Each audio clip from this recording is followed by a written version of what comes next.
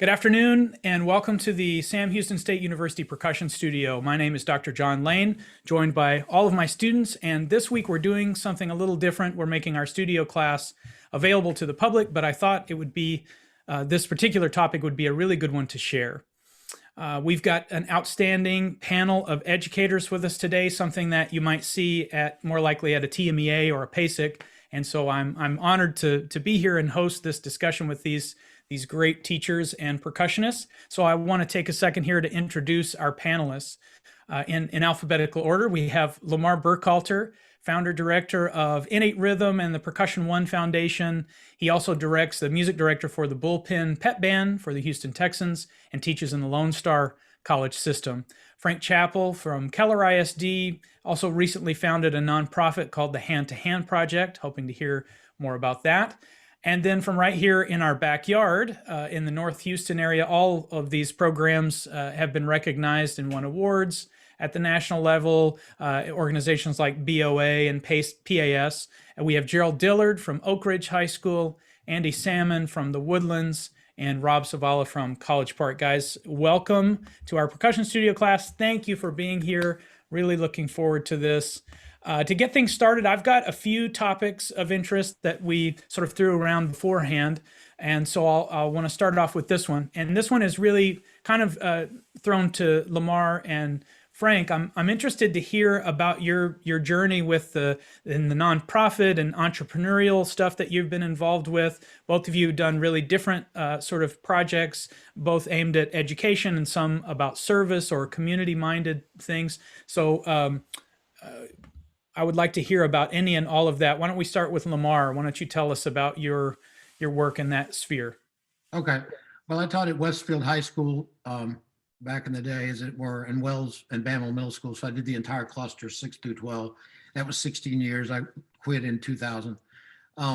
Before doing that, when I got out and judged solo and ensembles, and when I got out, Yamaha or my endorsers would send me around the state, not the country as much at that point. I started seeing these hotshot kids at a solo and ensemble and I realized that the rest of their program was just dragging them down. There's this one kid that really had an interest in pursuing this craft and going after it. So I thought about, what if you could, within a regional area, being Houston, North Houston, what if you could bring all these all-stars together and have an all-star group that'd be entirely independent of public school?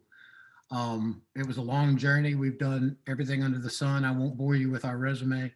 I'd bore them with one thing, which is because I was a product of this education, was the trip to Moscow in 1990. So I went in 97, yeah. But that's the kind of stuff that you were doing. So, I mean, that's pretty incredible to take a kid like me from rural Texas and take them all the way across the world and play music. That's a pretty big deal.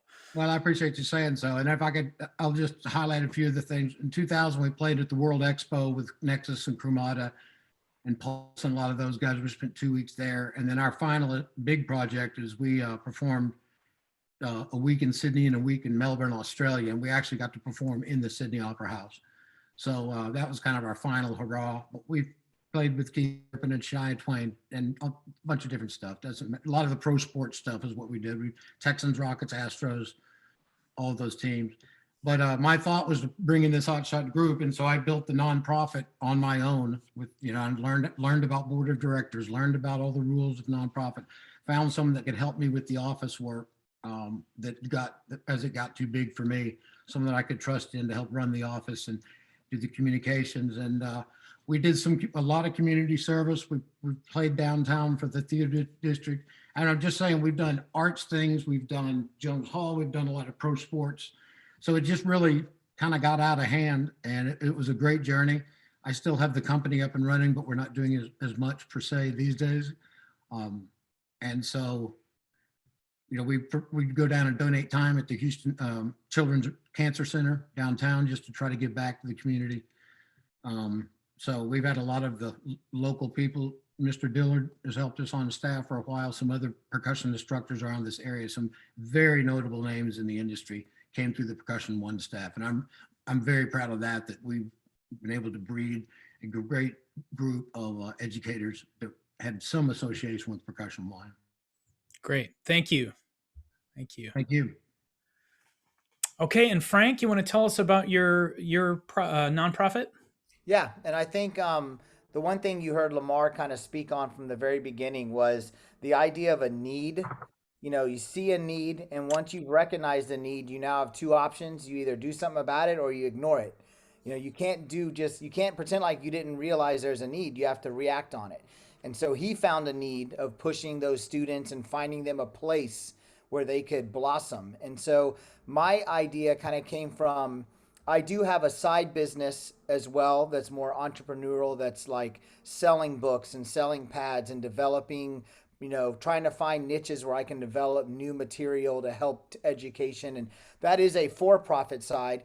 But then out of that, meeting people, one of the things I started noticing was that there's a big world outside of Texas, and most of the world doesn't have what we have in Texas. And so the more I've gone and spoke around the country, the more I realized how fortunate we are back home.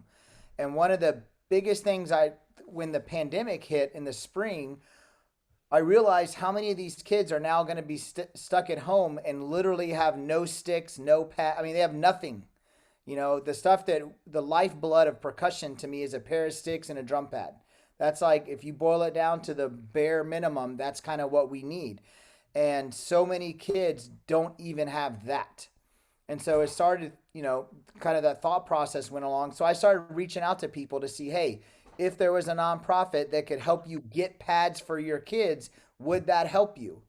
And it's like, I don't want to know if you like your pads. I'm saying they have nothing, no option. And so we went from that conversation to about 700 kids signed up needing a pad. And it happened in a matter of weeks. Like, it just took off. And so right now we have, I think, 13 states, 2 countries, because some people in Canada need help. And this stuff just takes off. Like Lamar, I had an idea, and then all of a sudden it's like, wait, I don't know anything about anything else but percussion. So I have to do a nonprofit. I have to get tax laws. And so the good thing in the nonprofit world is people want to help you. And if you reach out and start talking to people, they'll start saying, well, when we did it, here's what we ran into, and look this up, and I would try this. So I just went down the rabbit hole and ended up writing the entire nonprofit and getting the board of directors set up and just the things you need. And I've learned that the need is always more than sometimes the effort people put into helping. And so I've had to spend time going and trying to find more support and find more help, etc. And so we haven't started, it hasn't been a year yet, and we're about, like I said, 700 students need pads. And so I'm working my way as fast as I can. And most of the pads I'm making myself and sending them out. And so it was an idea that got bigger than me quickly. And so now I'm playing catch up to the beast. But, I had band directors get a hold of me and said, hey, if you don't get a pad for my kids, they're going to, like, they have nothing. And some of the guys in South Texas, especially, that I talked to, said when they were kids, they were drumming on tables and playing on the floor, and like, they didn't have anything. And so just having one person step in to help for them changes everything. And so it just quickly made me realize how much good we can do through the love of drumming, and how many people are starving for that. And it doesn't matter which way you look at it, but if there's a need, then jump on it, because you're going to do good. And I'm in over my head. I'm not going to lie. Like, I'm swamped trying to keep up with this and work and sell my own stuff and do Crossman. I mean, it's like all this stuff adds up, but every time I get a pad sent out, at least I know I'm doing something. And if more people did that, I feel like, we would be in a good place. So I'm trying to use it as an example to my kids and my kids at home, and getting them involved in helping with this. So that's kind of where it came from and where it's gone. Bravo, Frank. Bravo. Amazing. So that's not really that's not really corporate at all. You're actually making the pads. I mean, you don't have other pad or drum companies making the things, and No. there's not a connection there with corporate percussion land. It's you're Some doing. people have donated pads, like Vic Firth. Since I'm with Vic Firth, they said, here's 20 pads. So I was able to get those to kids and stuff. But most of it has been, since I've been developing my own line of pads for a while, then I'm just using all that material to make sure it doesn't just go to waste.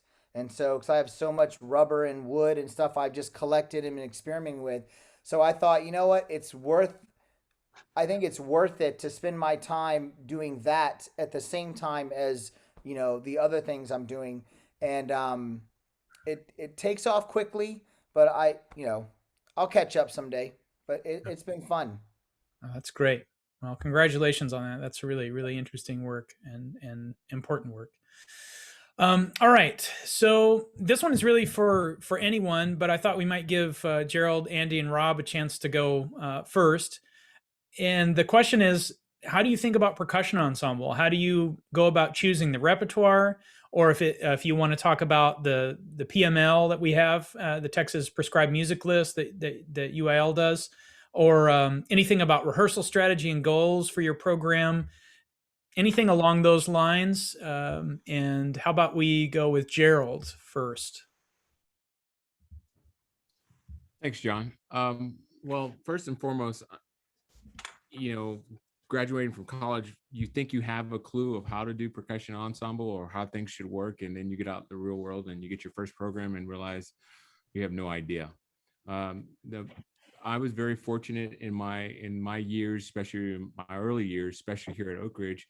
I seeked out mentors, and one of them is on the chat with me is Lamar. Lamar was a great resource in helping me understand what literature was out there and what we needed to do as a program, and help me structure what we do here at Oak Ridge High School. It's kind of like a formula. I learned that from Lamar when developing percussion ensemble literature and finding what you want to do for a spring semester concert. Same thing goes for what you want to do for a goal for the end of the year. If your goal is getting a 1 at solo and ensemble, or striving to go to state solo ensemble, or trying to play at a BOA or Midwest or PASIC, you set those goals out way in advance. And that's something we always did. We tried to set them out like starting in the end of the fall semester leading into the spring semester. So with the guidance of mentorship, I developed the sense of how to run a successful, and when I say successful now, I'm not trying to say by winning something or obtaining anything, but I mean by successful by the kids having enjoyment in what they were doing, percussion program for the spring semester. And that's how I went about it. And we've had nothing but success doing it that way. Great. Andy? Hey guys, thanks for having me, Dr. Lane. It's good Hey, to thanks see, for being here. Good to see everybody. I was very fortunate to also have some experience with Mr. Burkhalter, was my instructor in high school, so I was able to have a great experience. But one of the things that I've done with my program, and I picked up very early, I think it was maybe my first year I went to TMEA, I went to a clinic on percussion ensemble literature.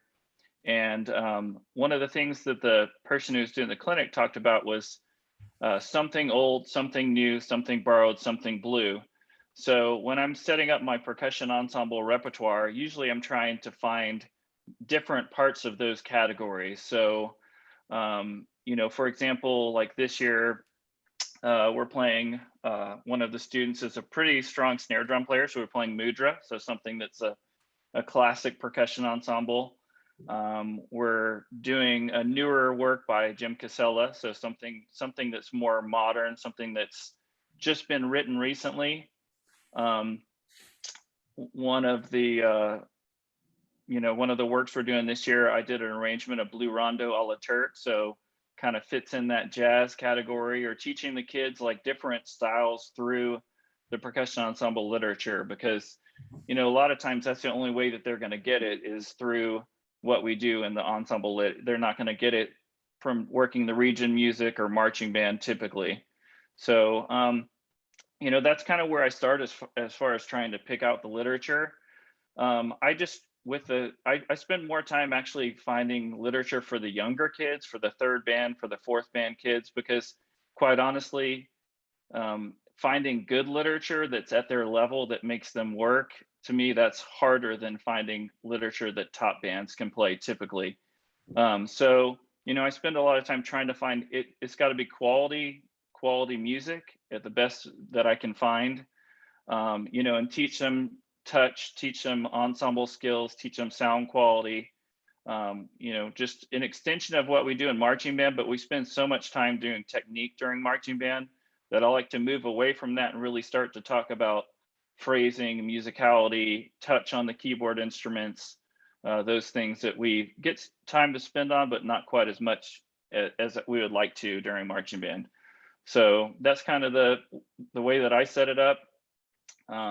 Just try to do as much variety as possible, so that when somebody goes to a percussion ensemble concert that we're playing, like I said, 1 minute they might see something that's a minimalist piece, and then the next minute it might be something like a kuku ilamuku, or something very drummy that's like going to take them in a completely different spot, just to showcase all the things that we're able to do with percussion ensemble. Because it's pretty much endless as far as what we're capable of doing, as far as like transcriptions, original compositions. It's still a new art form. So, that's kind of where I start. Great. Thank you, Andy. Rob? He sent us a text. He had to jump out. Oh, I'm sorry. I'm in speaker view, so I didn't see him. Okay. Well, we can come back. We can come back if he, I know he was having some technical difficulties. We can come back to him in a minute if we need to. Okay. The next category that I have is, and this is really, for our students here, because we're about 85% or so of our students here are music education. We also have some performance majors and also music therapy majors, but I would say probably about 85% of the makeup of our school of music is music ed. And so a lot of these folks are about to be entering the job market. And I just wanted to go around, maybe we can just go around to each one of you and talk about your best advice about networking or getting that first job or anything to deal with, entering the job market for the first time. And we can just go down the list here. So Lamar, do you have advice? Well, I did something along those exact same lines for the University of Oklahoma studio, and I didn't know if we'd be talking on that. I could send you my handout from that. I did a residency at OU a few years back. I didn't know we'd be talking about. I could send that to you, John, post. But it's funny, I started to put this together on the networking and getting a job and getting out in this industry because I've been in education. I'm a performer, I gig and perform. I'm a composer and published. I'm endorsed. There's so many different elements to what it is to be a percussionist these days and this is what I need to stress the most, is be a business person. My mother grew up as a flautist. She played in the Fort Worth Symphony, taught at TCU. She told me she knew violinists that were phenomenal, or any musicians. They would practice 18 hours a day, some of the finest musicians she had ever heard. They got out in the working world, they couldn't balance a checkbook. And these are lessons I learned in the 7th grade. And they were far greater musicians than my mother as her report. But she talked about, she just ingrained in me all through my high school, all-state years and everything, just talking about, you've got to be able to do the business and keep the business and run the business, be in a public school, being that a self-employed clinician, being that a university person like with Dr. Lane. So I just want to, and when I did that clinic at OU, it was funny. I finished the clinic and I got to the end and the clinic was all just lessons that I've learned from my mom and my dad. And I was almost embarrassed that it wasn't technical. And it was just common life, common sense things that I was raised with. And afterwards, I was a little embarrassed that we didn't talk more technically, but we weren't supposed to. We were talking about the industry. I had 3 or 4 students come up and just go, man, Mr. Burkhalter, thank you very much for not talking about grip or stroke. So, I could send that along, but it's literally never burn a bridge. Take every single gig that comes up. I'd be so embarrassed if you students could see some of the gigs I've played and some of the places I've taught. Never turn it down. You're always on time. And again, these might seem simple, but it is a reality. I've been doing this for 40 years. It is a reality, everything that your parents and your band directors and your percussion instructors are telling you. Show up in the wrong attire twice and you won't be called back. It's just really those life lessons that you got from home or maybe academic institutions. If I'd known where to do this, I would have gone through and looked at more bullet points. But I think, never mess up. When you do mess up and you're late, admit it, deal with it, be professional, have the right uniform on, take every gig you can, never burn a bridge. I've been let go from a few programs in the last 3 or 4 years, which I don't even mind sharing with you. And I have left those relationships completely intact and professional. You know, there's no, so just, it's really simple, but all of those things, and then of course follow through. So all of just those life lessons that you've learned, and hopefully you've learned away, are paramount in this industry, especially if you want to break out and do more than just be the high school band director, and you want to start your own place, or you want to play at the church because you can make good money on Sundays. You know, there's so many different avenues you can go into out of this music education. That's what I was. I was Westfield High School and the 2 middle schools for 16 years. Well, that's what born out or bred out all my different avenues that I went into. So I hope that answers. Great. No, that's great. And we'd love to get that handout, Lamar, if you Okay. send that along, that would be terrific. Okay. Frank, any advice in this regard? Yeah, I think one of the biggest things is relationships. Like, you just have to understand that our business and our careers are built on relationships. And then when he talks about the business side, basically you're a walking corporation. Like, you are your own business. And so you have to remember that you can't have two parts of you, the professional part and then the part that's a mess or going off and doing other things, to where, because people are going to see that. And as you get older, this world of music ed shrinks quickly. Like, there's probably not many percussion directors in the United States that I'm not 2 separations from. Like, we're all like that. I mean, it's like, oh, you know so-and-so? I taught that person at so-and-so. And then now you're there. Like, it's pretty quick. And so because of the importance of the kind of person you are in education, because you're dealing with students, and ultimately that's your number one, your integrity, your work ethic, your professionalism, those things are going to follow you by the people you come in contact with.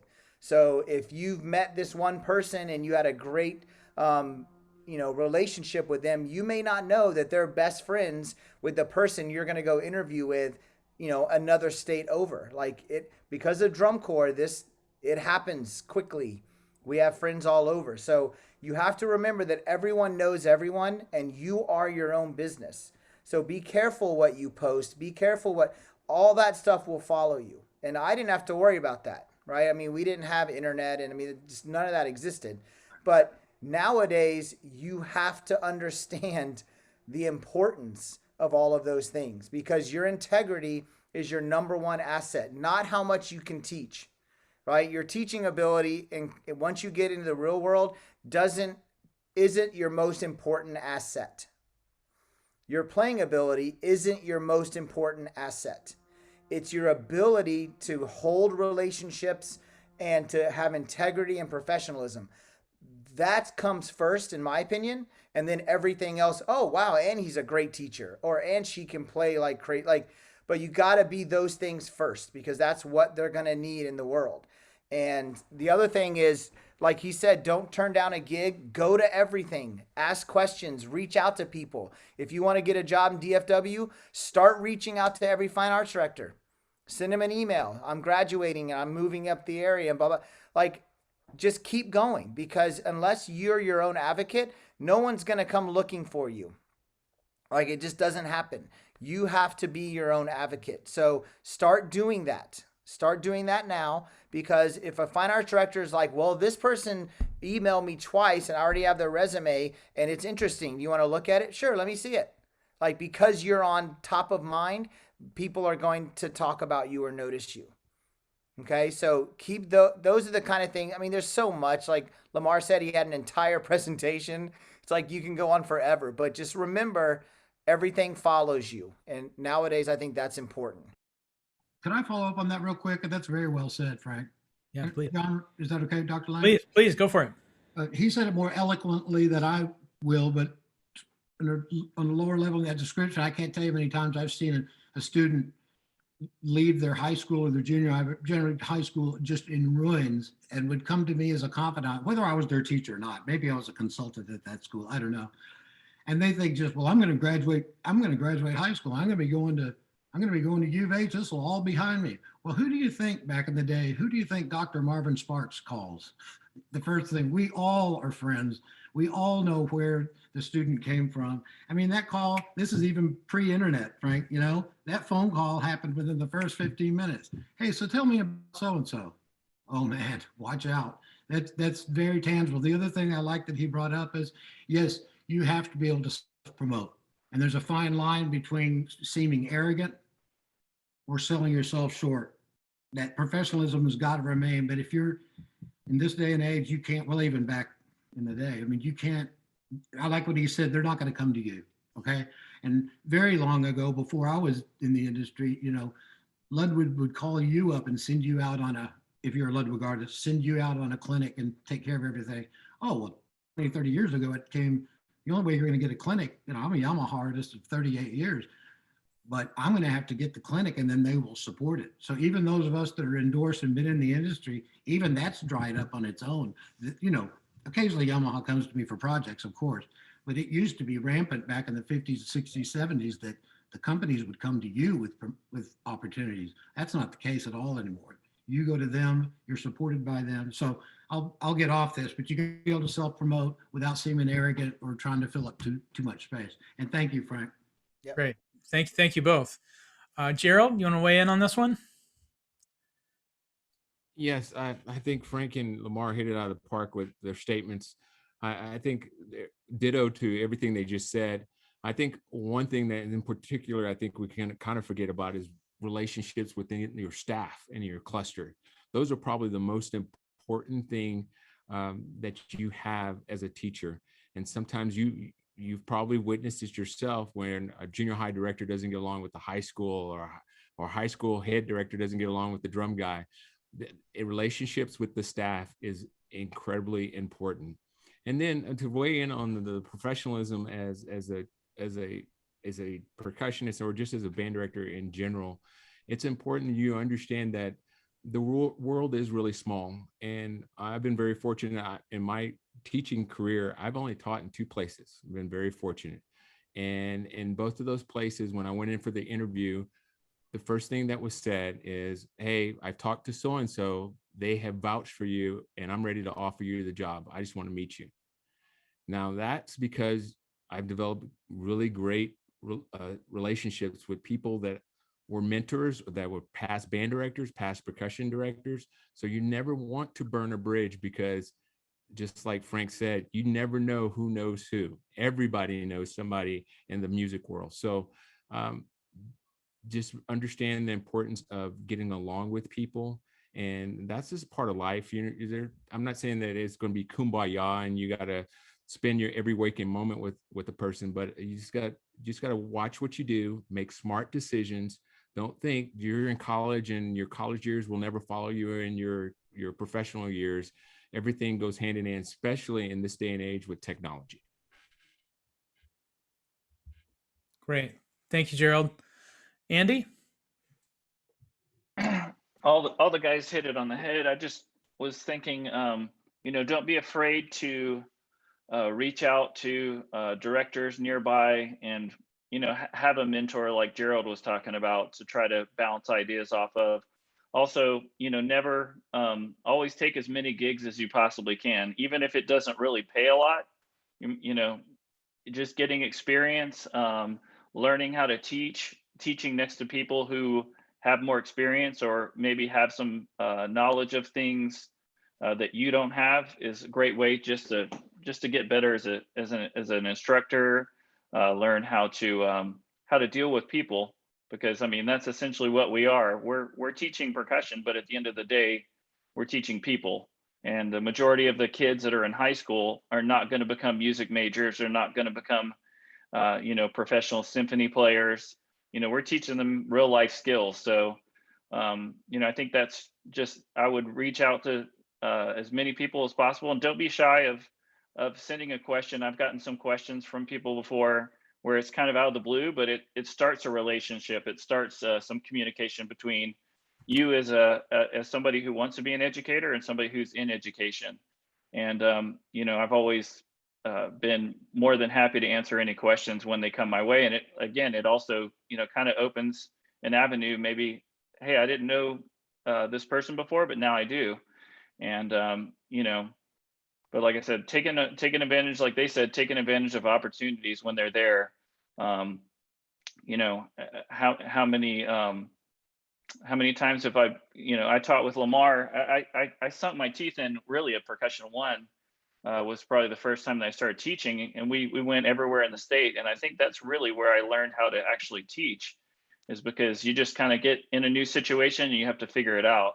But you got to get experience somehow, and you got to get started somehow. So that's the best way to do it, is just jump in, meet people and get going. So Great. Thank you, Andy. Mhm. I think we still don't have Rob back, so hopefully he comes back soon. But I'm going to go on to the next question, and this is the last. This is the first student question, and my last thing, and then we'll turn over for students to ask some more questions. But this one was sent to me by Trey Clark, our grad assistant, and he writes: percussion expectations in the public school have skyrocketed in the last 10 years or so due to an abundance of online resources, leading students to play more technically challenging repertoire and perform at much higher levels than before.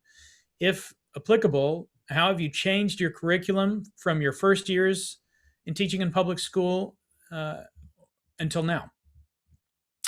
And this time, maybe we can go reverse order this time. Let's go with Andy first.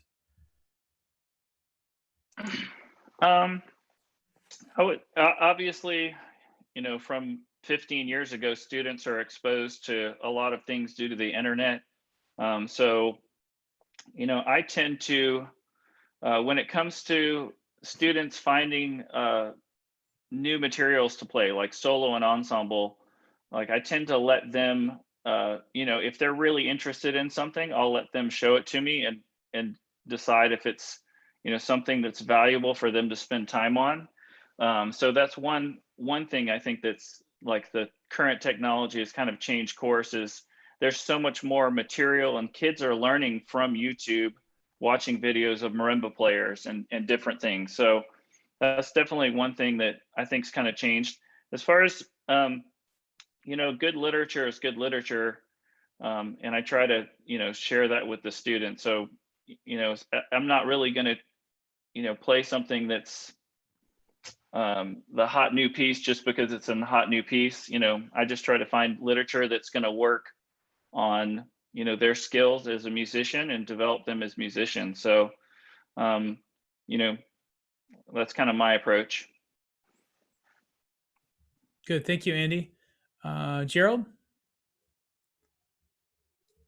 I try to follow under this kind of the same system as Andy. I let the kids select their literature, let them try to dive into it for the first couple of weeks, and if they're progressing, then we stick with it. But if we're having issues, we'll try to go in a different direction.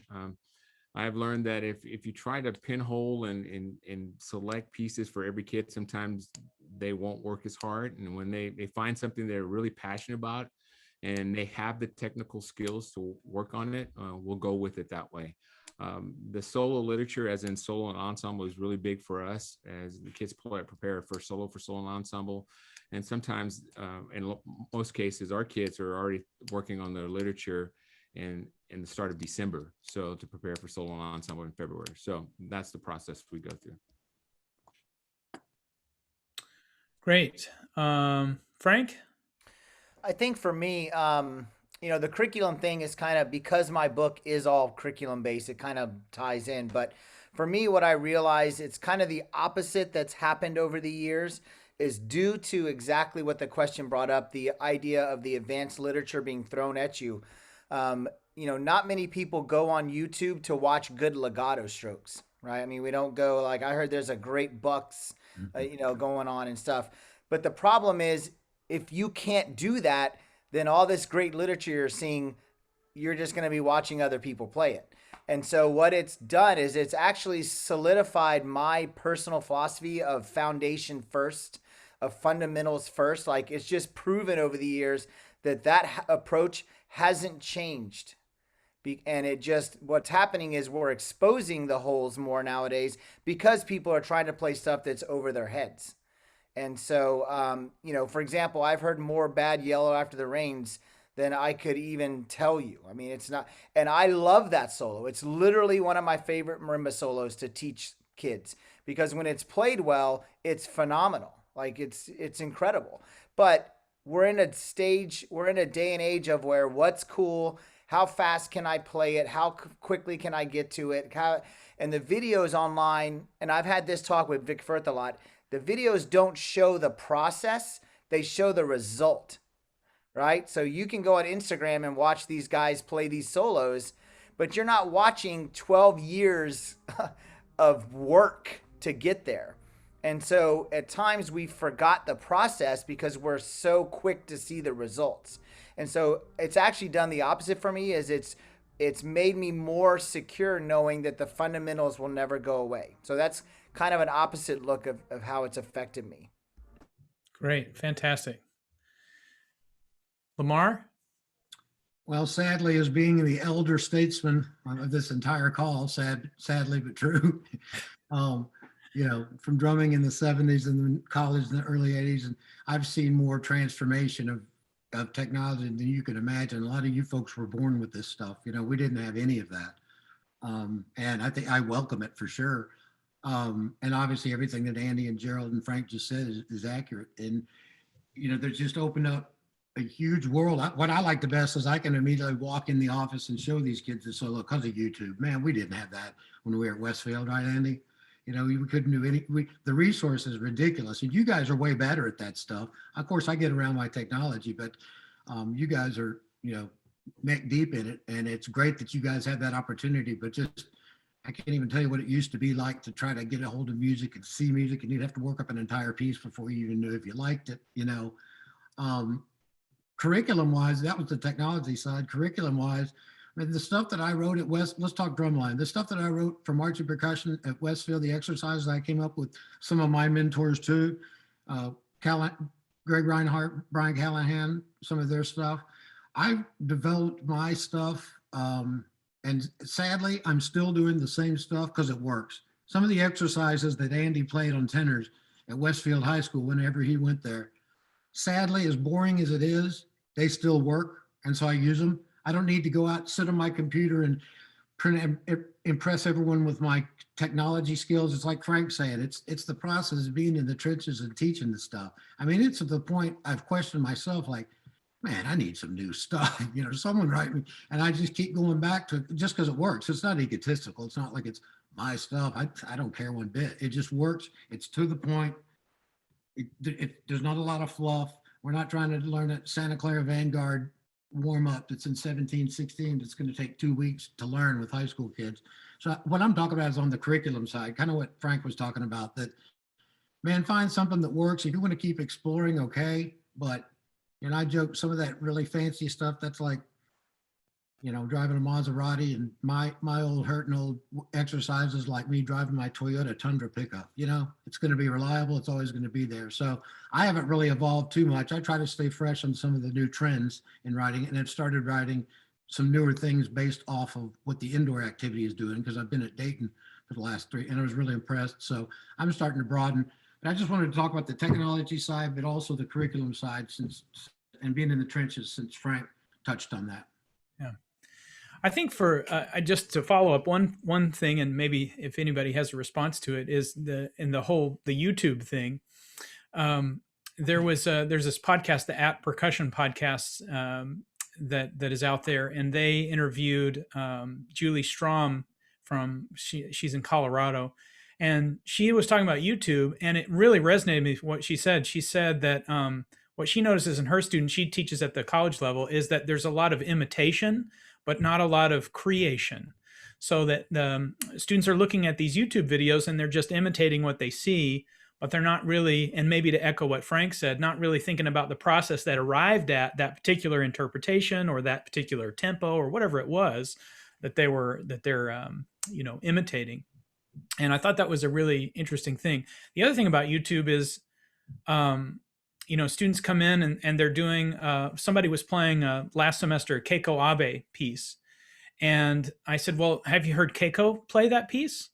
No, I can't find a recording of Keiko. So I looked up on my shelf, and I happened to have the CD, the hard copy CD of Keiko playing that piece. And so I, got on the computer and made sure they got that recording. But that was something you couldn't find on YouTube. But you can find 100 other recordings of another undergraduate playing that piece on their senior recital, but not the source, not a deep, model something that you could really model after. So I mean, and that's probably been discussed to death, but it's just worth saying. I thought the imitation creation thing was interesting, and then the idea of just like, if there's 1,000 choices, it's almost as not having a choice. I don't know. It's an interesting point. It's something that I wrestle with. I like what you said. I think, Lamar, you said it's nice to be able to say, here's what this thing sounds like, because it's there. But there's always the caveat of like, well, this is another student playing it on their recital, so it's not a professional, but at least you can get an idea of what it sounds like. I don't know. Do you guys have any thoughts about that angle? I was just going to say, it's like part of our job, I think, is to filter, because when we grew up, there was a lot less information. So, but now there's so much information that the students can see, but they don't really do a great job of filtering. And sometimes there's so much information that they don't even know where to look. Like here's the video that you can get. Like, it's amazing how much music and videos that they're exposed to, but they don't know how to look or filter. Like, this is good. Like you talked about, going to find a Keiko Wabe version, rather than another, ninth grader playing it. So I think that's one of the things that I figured out, is I have to help them filter in some ways information, or at least try to do a good job of doing that, because it's so much information. Like, even kids, like, every drum corps is like got their book written out on the internet. When I remember trying to figure out licks, like rewind the, I'm going to show my age, but rewind the VHS tape and then figure out the lick, and then rewind it again and go figure out that, now it's just like written right there for them. And it's just a different ball game, I think. Yeah. Great. One thing I would say about technology, that you got to remember all the things it won't do for you, right? So technology is like a metronome or anything else we use. It's a tool, and it's going to be a powerful tool if you use it correctly, but it's not in replace of anything. So setting goals and like knowing, okay, I need to learn this much at this time, and I need to do this, and like all the process behind, the ideas that you have. Use the technology, but make sure you're using it and it's not using you. Like, just, that's the one thing I would say to continue to monitor with yourself, is the idea of that you get absorbed by your technology.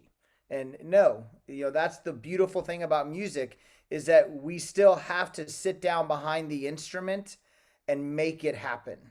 And so technology can be an incredible asset. Just make sure that you're thinking of, how can I use it as a tool, not how can I use it to replace things, because it can do it better. And so that's what I would just say, ways to brainstorm in your own world, how to make that happen. Yeah, great. Thank you. All right, we've got just a few minutes left, maybe 10 minutes left. I want to make sure we have a chance for any students to jump in with questions. So let's open it up for you guys. And just when you have a question, just chime in, because I can't see everybody at once. Hello. Hey, so my name is Joshua Farrell. Thank you all for coming. I did have a question. So I'm a music education major, but I really have a strong passion for performing. And my question was, as a high school percussion director, do you find time to perform on the side? If so, how do you balance the two different worlds? And what type of avenues seem realistic with that type of job? Well, I can say real quick, because I'll be fast. I performed at church, was my main outlet, drumming at church, which I always enjoyed. But, I didn't grow up a jazz drummer. I didn't grow up making that a priority. And so I think for me, it's a matter of, you can always perform, but you can't always make a living. And so I always tell all my performance student teachers and all that, like, you can perform all you want, but you also have to have a place to live and food to eat and things like that. And so I would always strongly recommend that you use your teaching, your music ed degree as a way to create a foundation for you, and then you can go perform as much as you want to. And if it takes off and you can quit teaching, then more power to you. But think about how many great performers teach a lot. And so I would say just keep that in mind of set your foundation, have two parts to your life, the career and then your performing, outlets, and then balance them. And then maybe one takes over, one doesn't, but just as much as we would love to play marimba for a living, that's a pretty short list. And so just keep that in mind. Joshua, since I came to Houston in '81 and went to U of H, I have just performed a ton. I've done some drum set, some combo work, this, that, but I'm primarily a classical player and timpanist. That's most of my work is timpanist. And with a lot of these big churches and pageants, after a long 60-hour week, band director week, percussion instructor week, it takes a lot out of you. But that was incredibly rewarding to get away from the band hall and get away from, having to impart this craft on others that are younger and just go actually do the craft. Of course, it's better for the pocketbook. What Frank says is exactly right. It's a supplement without a doubt. The performance thing is a supplement. But it's very fulfilling for me because I still got to go out and do it, not just show others how to do it. So I do a lot of hand drum work and then, like I said, classical timpanist and like orchestral and choral and church work. But it's been good for the soul, good for the pocketbook, but that's certainly not the main source, to right on what Frank said. I hope that answers your question. Great. Okay. Another question. Okay, I see Adrian. Hey, how's it going? I'm Adrian Aguirre. Thank you all for coming out today. I've come across different situations where like high school A, the director is endorsed by like the big companies like IP or Vic, and then on top Yamaha, and they use that to outfit their groups. And then high school B will be not endorsed because of their own choice of they think that the battery sounds best in this brand, and then the front ensemble, the best choice is this brand, and mallet choices and stick choices are just like completely different brands that they think are the best, if that makes sense. So my question is, do you think it would be a worthwhile to get the endorsement if possible, or do you think it would be more worth to go on your own artistic choices to outfit your group?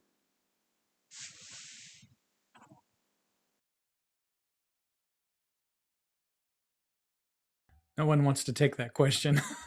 I mean, I'll take the question. I mean, I think you just, hope if you're endorsing anyone, I think that the reason why is because you believe that those instruments or whatever the tools that they make are the ones that are going to give you the best sound that you want. So, you might have a preference with like a certain marching bass drum or a certain vibraphone, but I think at the end of the day, if you're endorsing a company, that's, you're endorsing them for a reason. For me with, with the products that I use, it's because of the sound. And when a student has a different mallet or something like that, it's not like it's a bad mallet, but, I like the mallets that, in my opinion, produce the best sound. So, I don't think you have to have either one, if that makes sense. So, but that's kind of my 2 cents on it. I'll chime in. As in for the uniformity, based on what Andy just said, if you're endorsing a product, hopefully you believe enough into the product that that's what you're going to put out there during marching season. But when it comes to indoor concert percussion playing, sometimes I'll let kids make a decision. And if they have a different type of mallet that they really like and they like the quality of sound, then so be it. We're going to utilize that mallet. And because in this day and age, there's a full gamut when it comes to the different companies and different types of quality of sound. And I can find great mallets with Big Firth. I can find great mallets with Innovative. I can go down the list. ProMark. I can keep going on and on. So it just becomes a matter of taste. But as in for the uniformity aspect, as in for a marching season, we try to stick to the companies that I believe in and that I bought into and that have bought into us. And we try to stick to that kind of formula. And I think a small thing to understand, and this isn't like set in stone, but a lot of these people you see that are educational endorsers, the school they work at is not endorsed by the company. Like you got to separate. If you're thinking how drum corps works, well, that's drum corps, and drum corps is dumb, and companies lose money in drum corps every summer. Like that's its own world. Don't equate that to public school teaching. Like, all my endorsers are because I have relationships with them. I personally support them. But if you walk through my band hall, you're going to find every range of instrument out there because no company bought all this stuff. Like, I still have to answer to band booster parents, and the school district buys stuff. And so, don't think of it as you're walking into a Yamaha school. Now, that's different depending on like if you're Lamar or not. Like he's had situations, I think, where it's been more Yamaha centric because of the way his organization is going and his connections. But a lot of schools, that's incredibly rare. Lamar, you can correct me if I'm wrong, but I think it's more, it's different, but it's not the most common thing is to have something like where you're Yamaha all the way across the board. Lamar, is that kind of how you absolutely, absolutely. And you brought up one of the most fundamental principles of the endorsement situation, that yes, it is the artist, it is not the institution. Yep. Unless you're the drum corps or a major university. So keep that in mind. So yeah, 100%. All those instruments in those band halls were purchased by fine arts directors, booster money, capital outlay from the district, based off the preference of what guidance they got. So I left one particular school that had quite a bit of my equipment, and some of the band directors asked that I leave it there because it belonged to the school, and I had to say, no, it really doesn't. It's the artist that's endorsed. So good point, Frank. Okay, great. We're just about out of time. Is there one more quick question from student? Okay, I see Juan's hand first. Hello, my name is Juan Gallegos. Nice to meet you guys. Thanks for all you do for the local communities around here. I had a question about what is your approach to fund money for those students? Like I know Mr. Chapple was talking about doing for those practice pads and those sticks for those students who are in need of those instruments or those materials. How are you going about doing that for your own program and starting a base for like a diverse community where schools don't have enough money for that or for lessons or all that stuff? How do you go approaching that?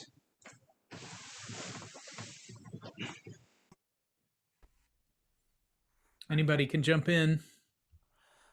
Well, I think the first thing is, you're always going to have people that leave the program, whether they graduated or whether they just wanted to leave.